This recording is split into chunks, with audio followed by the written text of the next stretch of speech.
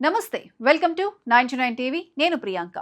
కొలంబియాలోని క్విండియో ప్రాంతంలో 67 ఏళ్ల మిరియం అనే మహిళ ఇప్పుడు సోషల్ మీడియాలో వైరల్గా మారారు. సాధారణంగా ఒక ఊరిలో జరిగే గాసిప్ అంటే సరదాగా మాట్లాడుకునే విషయం. ఎవరింట్లో ఏం జరిగింది, ఎవరి కుటుంబంలో గొడవ వచ్చింది, ఎవరితో మాట్లాడడం లేదు, ఎవరి మధ్య స్నేహం పెరిగింది, ఇలాంటి విషయాలు సాధారణంగా 4 గోడల మధ్య చర్చించుకొని అక్కడితో ముగిసిపోతాయి. కానీ మిరియం మాత్రం అదే గాసిప్ను ఒక వ్యాపారంగా మార్చుకుంది. అంతేకాదు, ఆ వ్యాపారం ద్వారా 2 ఇళ్లు కొనుగోలు చేశానని చెప్పడంతో ఆమె కథ సోషల్ మీడియాలో ఆసక్తికర చర్చగా మారింది. మిరియం కొలంబియాలోని క్విండియో ప్రాంతంలో తన ఇంటి బయట కూర్చొని చుట్టుపక్కల జరిగే విషయాలను గమనిస్తూ ఉంటారని చెబుతారు. ఆమెకు ఇది కాలక్షేపం కాదు. చుట్టుపక్కల కుటుంబాల్లో ఏం జరుగుతోంది, ఎవరి మధ్య గొడవలు ఉన్నాయి, ఎవరెవరికి సంబంధాలున్నాయి, ఏ కుటుంబంలో ఎలాంటి సమస్య నడుస్తోంది వంటి విషయాలను ఆమె నిశితంగా గమనిస్తారు. సాధారణంగా మనం పట్టించుకొని చిన్న చిన్న విషయాలను కూడా ఆమె తన వ్యాపారంలో భాగంగా చూస్తారు. ఒకరి మాటలు, మరొకరి ప్రవర్తన, ఒక ఇంటికి వచ్చే వ్యక్తులు, వెళ్లే వ్యక్తులు, ఇలా తనకు ఉపయోగపడే సమాచారాన్ని గుర్తుంచుకుంటారు. ఇందులో ఒక ప్రత్యేకమైన విషయం ఆమె దగ్గర ఉండే నోట్బుక్. మిరియం కేవలం విన్న విషయాలను గుర్తుపెట్టుకోవడం కాకుండా వాటిని రాసుకుంటారని చెబుతున్నారు. ఎవరు ఎప్పుడు ఏం చెప్పారు, ఏ కుటుంబంలో ఎప్పుడు గొడవ జరిగింది, ఎవరితో కనిపించారు, ఏ విషయం ఎప్పుడు బయటకు వచ్చింది వంటి వివరాలను టైం లైన్ తరహాలో నమోదు చేస్తారు. అంటే ఆమె దగ్గర ఒక రకంగా స్థానిక సంఘటనల రికార్డు తయారవుతుంది. ఎవరికైనా ఏదైనా విషయం గురించి సమాచారం కావాలంటే మిరియం తన నోట్బుక్ ఆధారంగా వివరాలు చెప్పగలుగుతారు. ఇక్కడ నుంచి ఆమె గాసిప్ వ్యాపారం ఆసక్తికరంగా మారుతుంది. స్థానికంగా చిన్న చిన్న సమాచారం కావాలనుకునే వారికి ఆమె 5,000 నుంచి 10,000 కొలంబియన్ పెసోలు వరకు వసూలు చేస్తారని చెబుతారు. అంటే ఒక సాధారణ స్థానిక వార్తకు కూడా ఒక ధర ఉంటుంది. ఎవరి కుటుంబంలో ఏం జరుగుతోంది, ఎవరి మధ్య గొడవ నడుస్తోంది, ఎవరు ఎక్కడికి వెళ్లారు వంటి విషయాలకు సమాచారం కావాలంటే ఆమెను సంప్రదిస్తారు. సమాచారం ఎంత ఆసక్తికరంగా ఉంటే అంత విలువ పెరుగుతుందన్నమాట. అయితే మిరియం వ్యాపారంలో అత్యంత ఆసక్తికరమైన భాగం సమాచారం చెప్పడం కాదు, సమాచారాన్ని దాచటం. ఒక వ్యక్తికి సంబంధించిన సున్నితమైన విషయం బయటకు రాకుండా ఉండాలంటే ఆమెకి ఏకంగా 7 లక్షల కొలంబియన్ పెసోలు వరకు చెల్లించాల్సి ఉంటుంది. అంటే ఆమె దగ్గర ఉన్న సమాచారం ఎవరికైనా ఇబ్బందికరంగా మారే అవకాశం ఉంటే ఆ సమాచారాన్ని బయటకు చెప్పకుండా ఉండడానికి కూడా ఒక ధర నిర్ణయించబడుతుంది. సాధారణంగా గాసిప్ అంటే ఒకరి విషయం మరొకరికి చెప్పడం.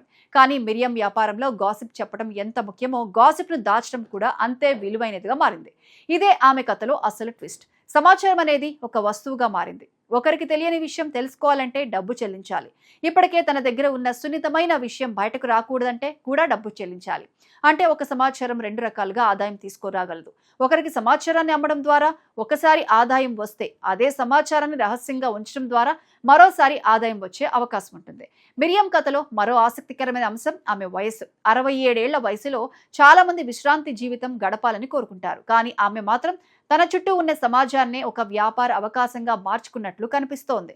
ప్రత్యేకంగా పెద్ద పెట్టుబడి అవసరం లేదు, పెద్ద కార్యాలయం అవసరం లేదు, ఉద్యోగులు అవసరం లేదు. తన పరిశీలన, జ్ఞాపక శక్తి, నోట్బుక్, ఇవే ఆమెకు ప్రధాన సాధనాలు. చుట్టుపక్కల జరిగే విషయాలను గమనించి వాటికి విలువ కట్టడం ద్వారా ఆమె తనకంటూ ఒక ప్రత్యేకమైన ఆదాయ మార్గాన్ని ఏర్పరచుకున్నారు. ఆమె 2 ఇళ్లు కొనుగోలు చేశానన్న విషయం ఈ కథను మరింత వైరల్ చేసింది. సాధారణంగా గాసిప్కి ఎలాంటి ఆర్థిక విలువ ఉండదని అనుకుంటాం. కానీ మిరియం కథ మాత్రం సమాచారం కూడా ఒక ఆస్తిగా మారగలదని చూపిస్తోంది. ఒక సమాజంలో ప్రజలకు అత్యంత ఆసక్తి కలిగించే విషయం ఏదైనా ఉంటే దానికి మార్కెట్ ఏర్పడే అవకాశం ఉందని ఆమె కథ చెబుతోంది. ముఖ్యంగా చిన్న పట్టణాలు, గ్రామీణ ప్రాంతాల్లో ఒకరి వ్యక్తిగత జీవితం గురించి మరొకరికి తెలుసుకోవాలనే ఆసక్తి ఎక్కువగా ఉంటుంది. అదే ఆసక్తిని ఆమె వ్యాపారంగా మార్చుకున్నట్లు కనిపిస్తోంది. ఇక్కడ సామాజిక కోణం కూడా ఉంది. ఒకరి వ్యక్తిగత విషయాలను గమనించడం, వాటిని నమోదు చేయడం, డబ్బు తీసుకుని ఇతరులకు చెప్పటం అనే విధానం నైతికంగా ఎంతవరకు సరైనది అన్న ప్రశ్న తలెత్తుతుంది.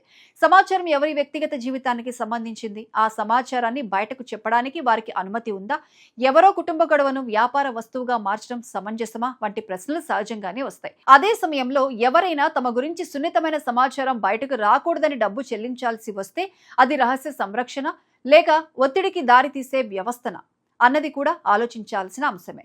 అయితే మిరియం కథను పూర్తిగా గాసిప్ కోణంలో మాత్రమే చూస్తే మరో ముఖ్యమైన విషయం మిస్ అవుతుంది. ఆమె అసలు అమ్ముతున్నది వార్త కాదు, స్థానిక పరిజ్ఞానం. ఒక ప్రాంతంలో ఎవరితో ఎలా సంబంధం కలిగి ఉన్నారు, ఏ కుటుంబానికి ఏ సమస్య ఉంది, ఎవరి మధ్య ఏ వివాదం నడుస్తోంది వంటి వివరాలు ఒక బయటి వ్యక్తికి సులభంగా తెలియవు. కానీ ఆ ప్రాంతంలో ప్రతిరోజు కూర్చుని గమనించే వ్యక్తికి మాత్రం ఆ సమాచారం సహజంగానే అందుతుంది. మిరియం తనకు ఉన్న ఈ స్థానిక పరిజ్ఞానాన్ని డబ్బుగా మార్చుకున్నట్లు చూడొచ్చు. ప్రపంచంలో సమాచారం విలువ పెరుగుతున్న సమయంలో మిరియం కథ మరింత ఆసక్తికరంగా కనిపిస్తోంది.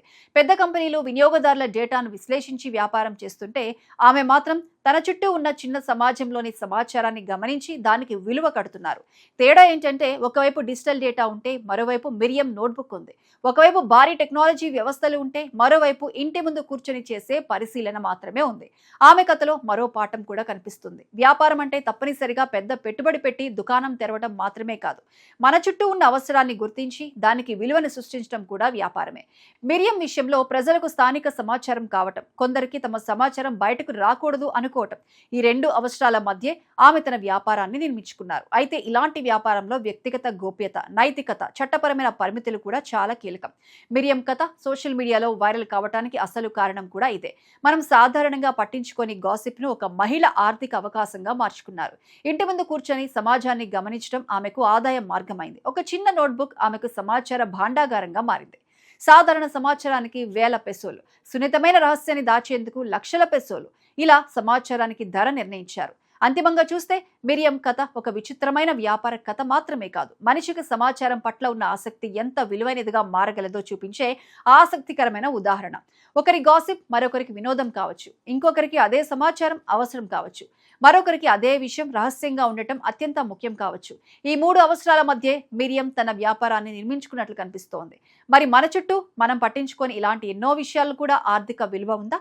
సమాచారం నిజంగా నేటి ప్రపంచంలో కొత్త కరెన్సీగా మారుతోందా? ఒక చిన్న నోట్బుక్తో 2 ఇళ్లు కొనగలిగే స్థాయికి గాసిప్ వ్యాపారం ఎదగటం వెనుక అసలు రహస్యం ఇదేనా?